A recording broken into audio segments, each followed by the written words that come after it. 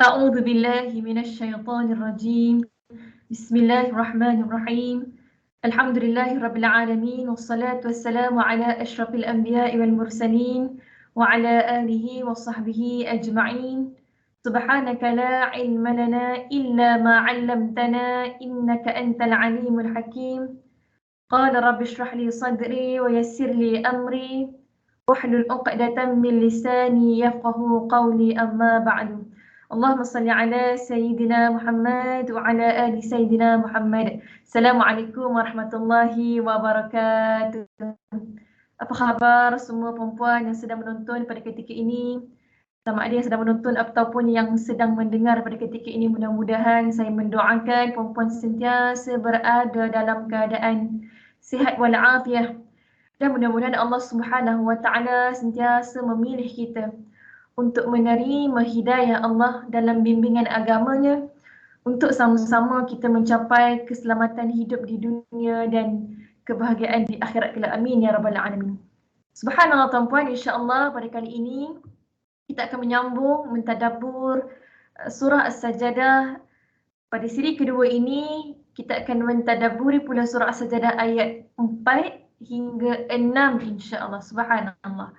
Jadi tanpa melengahkan masa, perempuan boleh buka mushaf Al-Quran masing-masing insya-Allah, dan insya-Allah kita akan mempelajari di sebalik ayat 4 hingga 6 surah As-Sajdah ini insya-Allah. Subhanallah. Baik, subhanallah tuan-puan, jika kita lihat ayat yang keempat ini, a'udzu billahi minasyaitonir rajim. Allahu alladhi khalaqas samawati wal ard wa ma bainahuma fi sittati ayyam thumma istawa 'alal 'arsy. Ma lakum min dunihi min waliyyin wala syafi', afala tatadhakkarun. Subhanallah, Allah sebutkan Allah Ta'ala menciptakan langit dan bumi dan apa yang ada di antara keduanya dalam 6 masa. Kemudian Allah istawa 'alal 'arsy. Allah bersemayam di atas arsy. Dan tidak sepatutnya manusia ini mengambil selain daripada Allah waliyun dan syafi', pemberi bantuan. Subhanallah tuan-puan, Allah bicara mengenai langit dalam ayat ini. Kerana langit ini sebenarnya dia sumber rezeki kita. Tuan-puan, dari langit datangnya air hujan. Ya. Dari langit datangnya Al-Quran. Subhanallah. Dan Masya Allah dulu, zaman dahulu bila disebut saja langit bagi orang-orang Arab di padang pasir, ya, ketika musafir di panas terik, hujan ini adalah satu bentuk nikmat yang amat menyebabkan mereka gembira. Sebab itulah sumber rezeki kepada kebun-kebun mereka. Dan hari ini alhamdulillah, ya, bila kita angkat kepala tengok ke langit kan, kita akan mendapati ia bukan hanya menceritakan tentang hujan, mesejnya bukan tentang hujan semata, tetapi Allah menjadikan di atas kepala kita ini, langit ini, yang mana kita beroleh rezeki dengan teknologi-teknologi yang boleh digunakan di langit. Teknologi udara. Ya. Macam mana kita nak tengok langit di abad ke-21 ini sebagai satu bentuk rezeki? Subhanallah, contoh paling mudah tuan-puan, bila kita tengok kapal terbang. Bila kita tengok kapal terbang, kita sebenarnya sedang melihat apa antara yang ada di antara langit dan bumi. Jadi pada sekarang ini, pada abad ke-21 ini, kita perlu lebih bersyukur.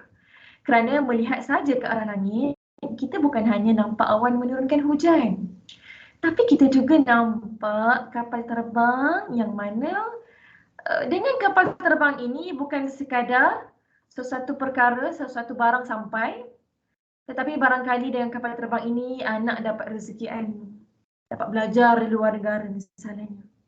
Ya, kita dapat hantar dengan penerbangan. Kita dapat bermusafir ke negara lain, kita dapat travel.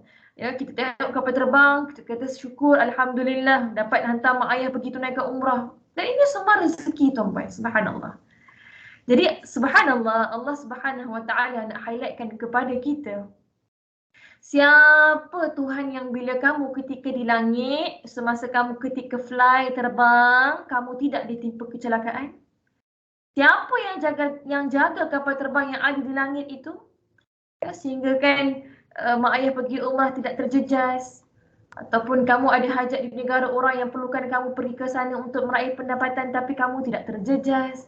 Subhanallah, semuanya kerana adanya rahmat. Adanya Allah Jalla Jalaluhu, subhanallah. Jadi Allah mahu kita benar-benar beringat dari langit sumber rezeki. Dari langit turunnya Al-Quran. Lalu kenapa Al-Quran tidak dalam tersenarai perkara-perkara yang membuatkan kamu bersyukur? Jadi semak diri kita, muhasabah diri kita. Mesti ada sesuatu yang tak kena pada diri kita bila mana kita tidak berterima kasih kepada Allah menurunkan Al-Quran. Subhanallah, ini yang pertama, tuan-tuan. Subhanallah, pembelajaran kedua daripada ayat ini, ya, kita dapat belajar daripada ayat ini, daripada ayat yang keempat ini. Allah menyebut Allah mencipta langit. Bukan satu langit, tuan-tuan. Samawat, langit-langit yang begitu luas, begitu tinggi. Ya. Kemudian Allah sebutkan Allah buat bumi yang very complicated, complicated, penuh dengan galian dan segala yang tumbuh dan wujud, termasuklah kita manusia ini di bumi ini. Ya. Kemudian Allah sebut pula Allah buat apa? Antara keduanya penuh dengan rahsia, subhanallah. Khalaqas samawati wal ardh. Dan subhanallah, Allah sebut semula, Allah sebut kemudiannya Allah kata thumma istawa 'alal 'arsy. Allah bersemayam di atas arasy-Nya. Subhanallah, tuan-puan, hanya Allah Taala yang tahu, hanya Allah Taala saja yang mengetahui apakah hakikat makna ini. Dan tidaklah perlu kita berfikir bagaimana Allah bersemayam di atas arasy-Nya. Tetapi apa yang boleh kita fahami daripada ayat ini, Allah yang mentadbir alam ini. Allah sedang menunjukkan kuasanya dengan mentadbir alam ini. Subhanallah, tuan-puan, nampak tak di sini? Tadi Allah cerita apa? Ya, Allah yang cipta langit dan bumi dan apa yang ada antara keduanya. Kemudian Allah menyebut kronologi seterusnya, Allah memulakan pemerintahan, mentadbir, memelihara, menyelia, mendengar, melihat segala perbuatan hamba-hamba, memantau segala pergerakan makhluk-makhluknya. Kita, tuan-puan, kita ni bila kita buat satu pekerjaan, kita manusia ni mesti penat, betul tak? Ya, bila kita tambah pula lagi satu pekerjaan, bertambahlah penatnya. Dan kita perlukan katil untuk berehat. Namun lihat saja diri kita dan kita boleh lihat. Lagi-lagi waktu kita dah pukul 5 ke 6 petang macam tu kan. Memanglah penat. Allahu Akbar. Ya, namun Allah ini, Allah selepas mencipta dalam 6 masa. Fi sittati ayyam, Allah sebutkan dalam ayat ini, yang menunjukkan step by step penuh teliti. Allah tak perlukan rehat, tuan-tuan. Subhanallah. La ta'khudhuhu sinatun wala naum, dalam ayat kursi di surah Al-Baqarah. Allah tidak mengantuk, jauh sekali dari tertidur. Walaupun Allah Ta'ala melakukan kerja-kerja yang maha hebat, mencipta langit, mencipta bumi, tapi Allah tidak perlu rehat. Allah tidak perlu rehat. Allah cerita Allah memerintah dari singgasana arasy. Tiada didekati dengan kepenatan, tiada didekati dengan tidur. Maha suci Allah, subhanallah. Jadi bila mana Allah memperkenalkan dirinya sebegitu, jadi wajarkah kita ini beranggapan Allah tak nampak kita? Kadang-kadang kita beranggapan Allah tak dengar doa kita. Allah dengar doa orang lain. Allah tak lihat masalah aku, Allah lihat masalah orang lain. Seolah-olah kaunter giliran kita ni terlalu panjang. Waiting list kita ni terlalu panjang. Kita merasakan Allah tidak memandang kita. Kenapa kita perlu fikir macam gitu? Tuan-puan, jangan fikir begitu. Allah Ta'ala maha mendengar. Allah Ta'ala maha melihat. Subhanallah, lihatlah kekuasaan Allah. Bacalah Al-Quran. Kita akan mendapati besarnya kuasa Allah. Wa idza sa'alaka ibadi anni fa inni qarib. Ya, apabila hamba-Ku bertanya tentang aku, maka katakanlah Muhammad bahawa fa inni qarib, aku ini dekat. Luahkanlah kepada Allah kerana letih itu mustahil bagi Allah. Ya, tuan-puan, kalau kita nak minta pada bos kita sesuatu, kita mesti cari masa yang bos kita tak letih, kan? Ataupun kalau kita nak minta kepada mak ayah kita sesuatu, mesti kita cari mood yang mak ayah kita ni baik. Itulah sifat manusia. perlukan adanya penat, adanya mood baik dan jahat dan sebagainya. Tapi Allah ini tidak letih. Maha suci Allah daripada didekati sifat letih. Allah sebut 6 masa, very step by step. Kemudian Allah sebut Allah mentadbir alam ini. Jadi waktu bila Allah rehat? Allah tidak perlukan rehat, tuan-puan. Kerana Allah itu maha mengatur, maha sibuk mentadbir tiap sesuatu perkara dengan sangat teliti. Subhanallah. Jadi sebab itu tuan-puan sekalian, Allah menyebut 2 nama pada ayat yang keempat ini. Subhanallah. Ya, Allah sebut waliyyun wala syafi'. Ya. Wali wala syafi'. Tuan-puan, apa maksud wali dan syafi'? Wali ini adalah sumber bantuan yang boleh menyebabkan kamu menang. Itu wali. Maknanya kita minta bantuan dan insya-Allah kita akan menang melawan musuh. Lalu kita menawan wilayah. Sebab itu wali membentuk kalimah wilayah. Ya, untuk menang kawasan ini saya perlukan anda sebagai wali. Itu dari sudut bahasanya, ya. Manakala syafi' ini adalah bantuan yang diperlukan apabila anda tidak menang. Apabila anda ini ditimpa kekalahan. Anda tersenarai daripada orang-orang yang kalah. Jadi anda perlukan syafi'. Anda perlukan syafaat, anda perlukan pertolongan. Subhanallah, kan cantik tu nama Allah muncul. Ya. Kalau kamu menang, kamu nak menang melawan musuh kamu seperti syaitan, seperti musuh kamu kafir, maka kamu perlukan kepada wali. Dan seandainya Allah takdirkan kepada kamu kekalahan ataupun kamu terlalu banyak dosa, maka dalam doamu sebutlah, rintihlah, ya Syafi', bantulah saya wahai Allah, lengkapkanlah saya dengan pengampunanmu wahai Allah, dan sekurang-kurangnya syafaat Nabi wa Allahu Akbar. Subhanallah. Jadi inilah nak gambarkan Allah maha gagah, Allah maha perkasa. Subhanallah, maha besar, maha suci Allah, tuan-puan. Subhanallah. Dan subhanallah, kita lihat ayat yang seterusnya, tuan-puan. Dalam ayat yang kelima ini Allah berbicara tentang yudabbirul amra minas sama'i ilal ard. Allah berkuasa untuk mengatur segala urusan daripada langit dan bumi.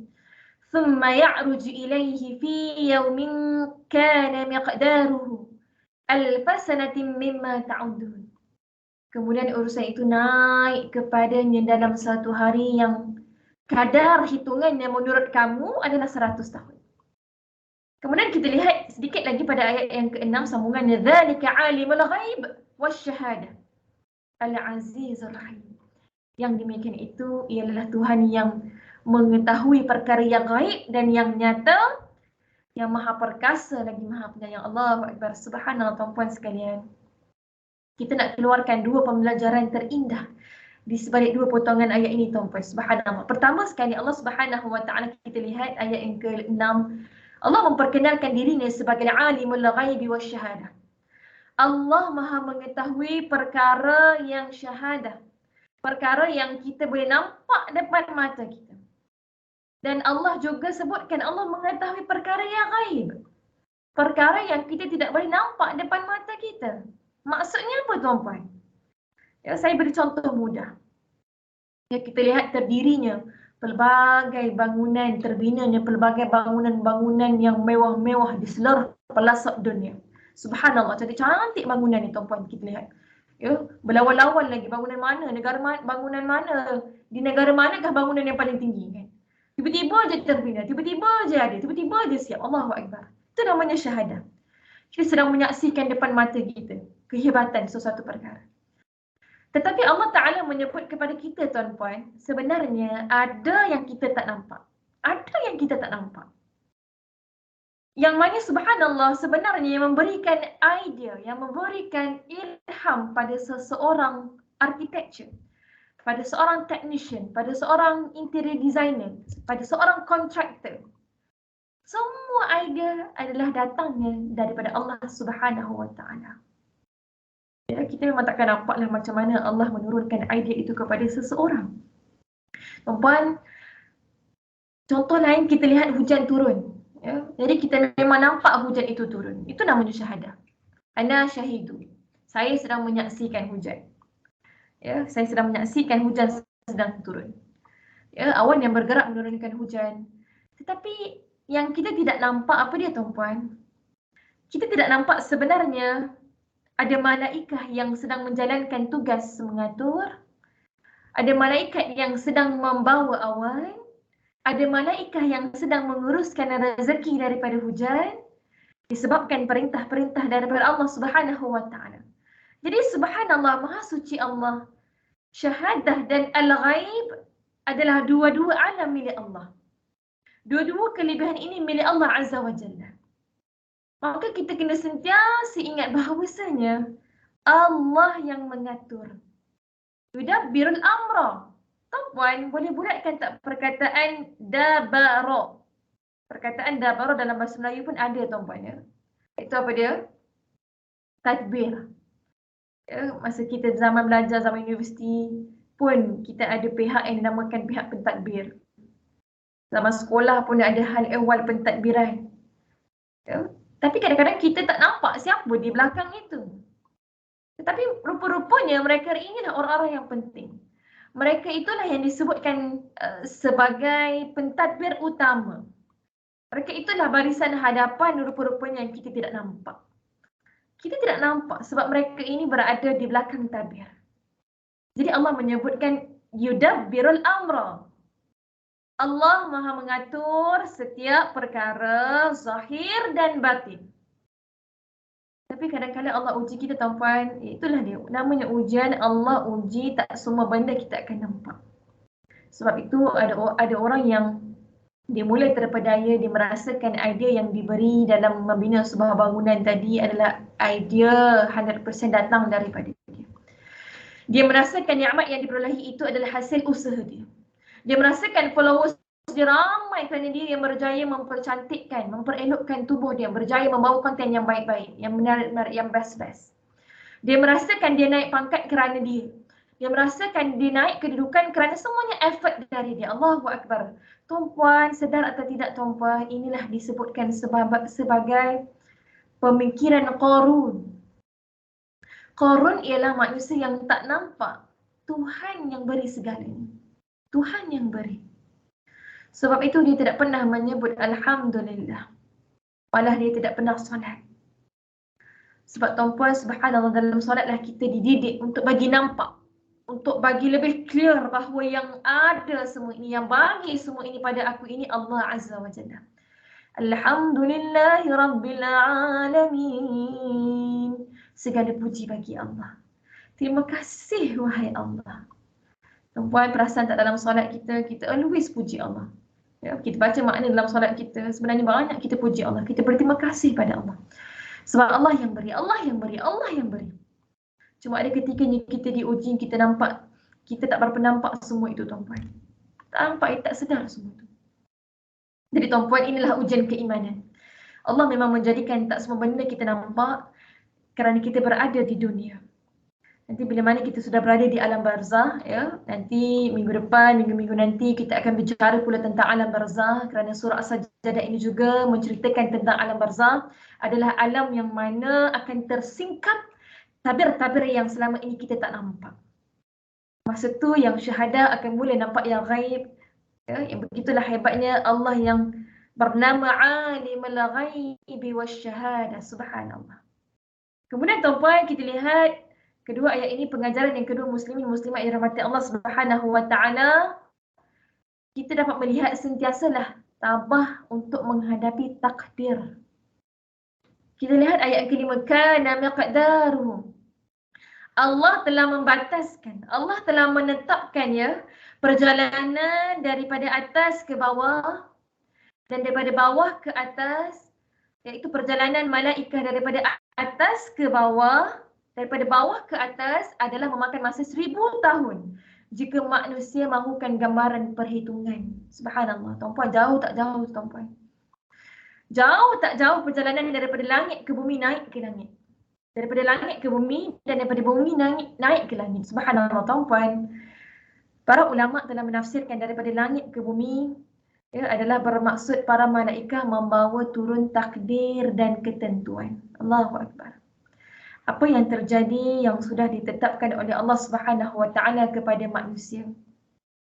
Ia adalah ketetapan yang tidak akan mengalami perubahan.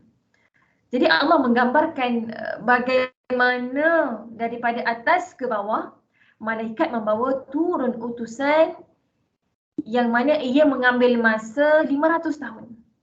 Yang kalau kamu hitung wahai manusia, 500 tahun perjalanan daripada atas ke bawah, kemudian dibawa daripada bawah ke atas juga 500 tahun.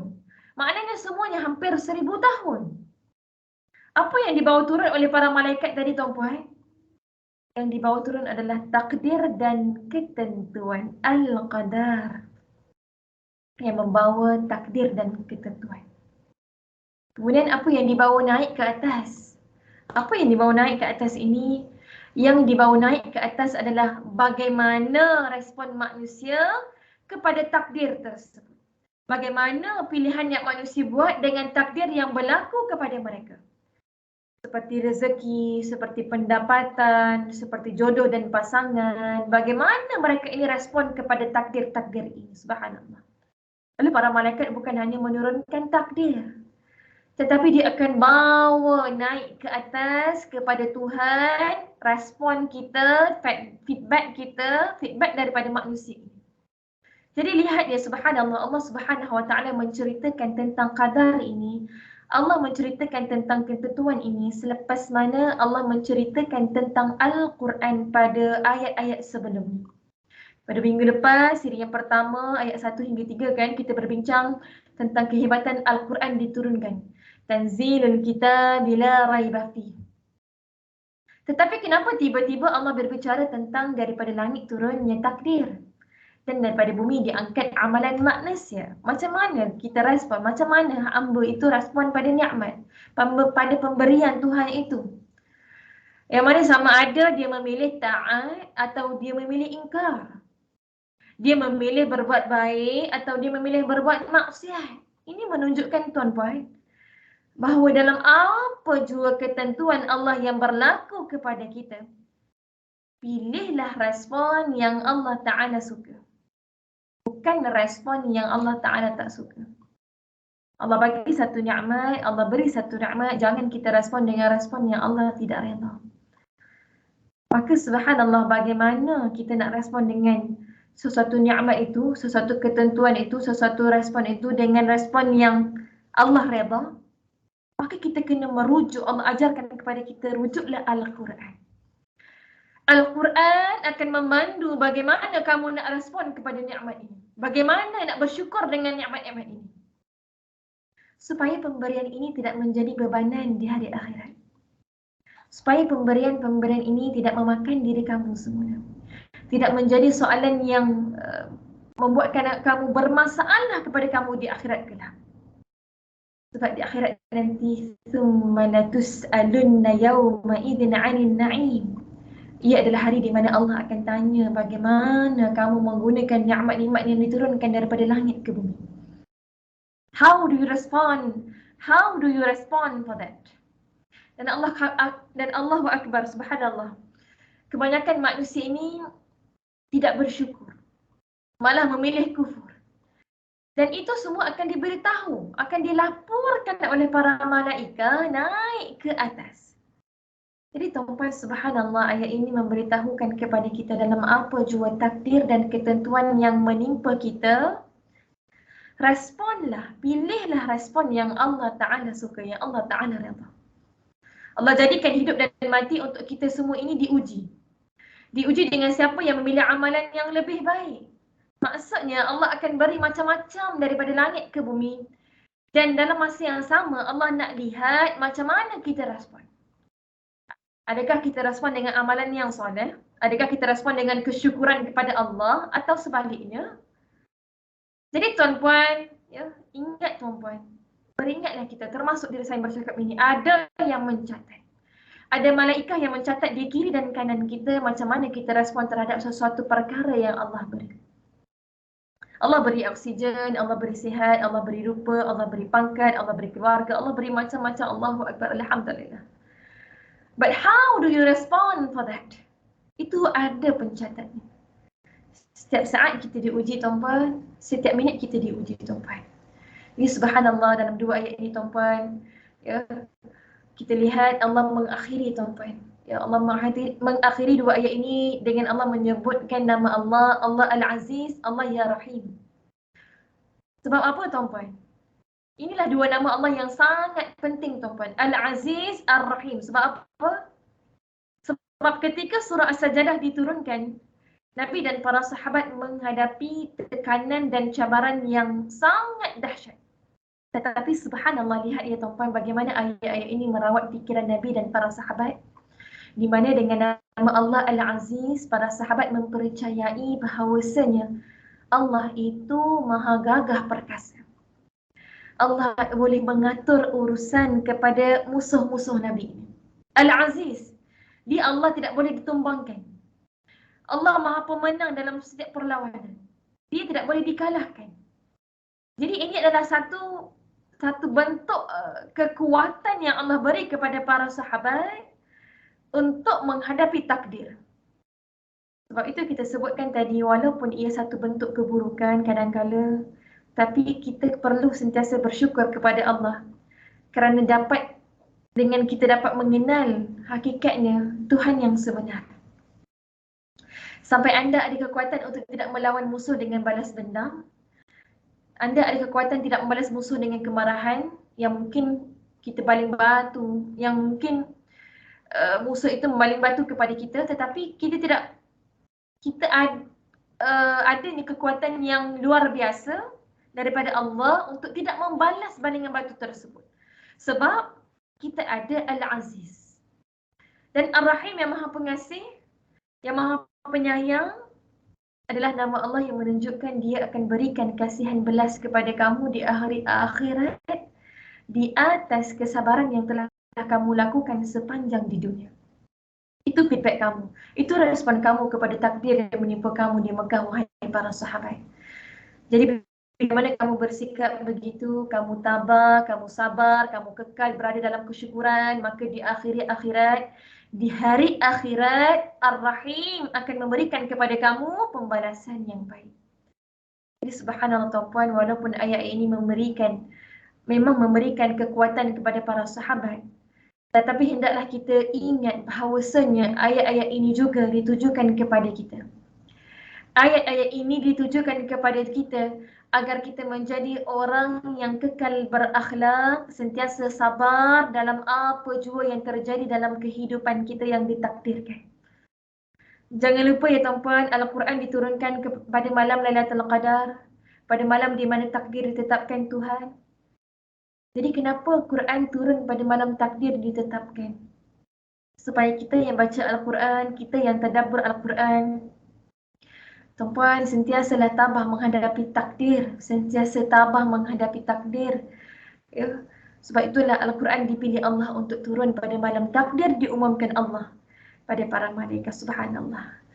Jadi Allahu Akbar, subhanallah, pengajaran yang boleh kita perolehi daripada siri kedua surah As-Sajdah ayat 4 hingga 6 ini. Yang pertama tuan-puan, Allah menceritakan tentang dirinya Maha Berkuasa, mencipta dan mengatur. Allah menceritakan tentang tauhid, mengesahkan Allah. Benda-benda yang penting dalam kehidupan. Pertama Al-Quran, yang kedua tauhid. Allah menceritakan tentang dirinya dalam ayat ini. Siapa dirinya? Kenapa kita kena mentauhidkannya? Kerana Allahul ladzi khalaqas samawati wal ardh. Sebab dia yang mencipta 7 lapis langit dan bumi, dan apa sahaja yang ada antara keduanya dalam tempoh 6 masa. Kemudian Allah bersemayam di atas arash. Allah bukan sekadar bercerita tentang dia yang mencipta langit dan bumi. Tak tuan-puan. Tapi Allah tambah yudabbirul amra. Allah yang menguruskan, Allah yang mentadbir segalanya daripada langit ke bumi. Kemudian daripada bumi ke langit. Mengikut waktu manusia ialah 100 tahun. Ya, tapi bagi Allah, Allahu Akbar. Perkiraan Allah kun fayakun. Allahu a'lam. Subhanallah. Yang kedua tuan-puan, pengajarannya, Allah bagi tahu tidak ada seorang pun daripada kamu selain daripada Allah, seorang pembantu, dan juga tidak seorang pun yang dapat memberi syafaat kepada kamu. Ya, di sini juga Allah nak bagi tahu tidak ada penolong, tidak ada pemberi syafaat selain daripada Allah. Allah nak bagi tahu apa sahaja Tuhan yang disembah selain daripada Allah, semuanya tidak akan dapat membantu. Bahkan semuanya sia-sia tuan-puan. Sebab Allah sebut dalam bentuk penafian di dalam ayat ini, ma lakum min dunihi min waliyyin wala syafi'. Tidak ada seorang pun selain daripada Allah yang boleh menjadi wali dan juga syafi' sebagai pemberi syafaat. Allahu Akbar, subhanallah. Kemudian yang ketiga, pengajarannya Allah Maha mengatur perkara yang kita nampak dan kita tidak nampak. Zahir dan batin. Yang kita tak nampak ni hikmah lah tuan-tuan. Yang kita lihat ada kalanya kejadian yang barangkali tidak menyenangkan kita. Yang kita tak nampak adalah hikmah. Apa sebenarnya kita jadi macam ni, wahai Tuhan? Kenapa kita diuji begitu dan begini, wahai Allah Subhanahu Wa Taala? Kita tidak nampak tuan-tuan. Tapi Allah alimul ghaib, Allah Maha tahu perkara yang nyata dan perkara yang gaib. Subhanallah, Maha suci Allah. Dan yang keempat, ayat ini diturunkan, tuan-tuan, selepas bercakap tentang Al-Quran diturunkan. Yang bermaksud Al-Quran adalah sumber kekuatan untuk kita menghadapi musibah. Al-Quran adalah kekuatan untuk kita menghadapi takdir yang diturunkan daripada langit ke bumi. Dan malaikat pula akan membawa daripada bumi naik ke atas. Kita punya respon, kita punya pilihan, kita punya feedback, pilihan kita kepada apa yang telah ditetapkan oleh Allah kepada kita. Subhanallah. Dan yang terakhir, pengajaran yang boleh kita perolehi adalah, tuan-puan, sentiasalah positif dalam menghadapi takdir dengan cara berdoa dan bersyukur kepada Allah Subhanahu Wa Taala. Sebab apa? Sebab apabila Allah menyebut Allah menguasai alam ghaib dan Allah menguasai alam nyata, bila Allah menyebut tentang bagaimana takdir ini turun kepada manusia, Allah mengatur setiap satu yang terjadi. Kemudian adanya daripada bumi ini malaikat bawa naik ke atas, itu menunjukkan kita diuji Allah untuk sentiasa berterima kasih kepada Tuhan. Adakah kita ini dari kalangan orang yang sentiasa mengucapkan Alhamdulillah kepada Allah ataupun sebaliknya?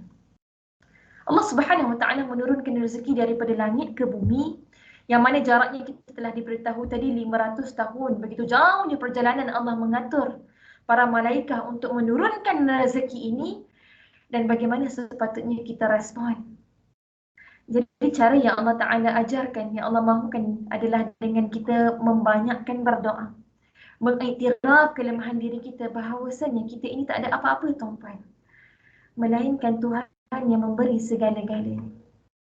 Kemudian Allah Subhanahu Wa Taala mahu agar kita ini sentiasa bersyukur kepada Allah dengan melafazkan tahmid, melafazkan alhamdulillah, alhamdulillah, walhamdulillah.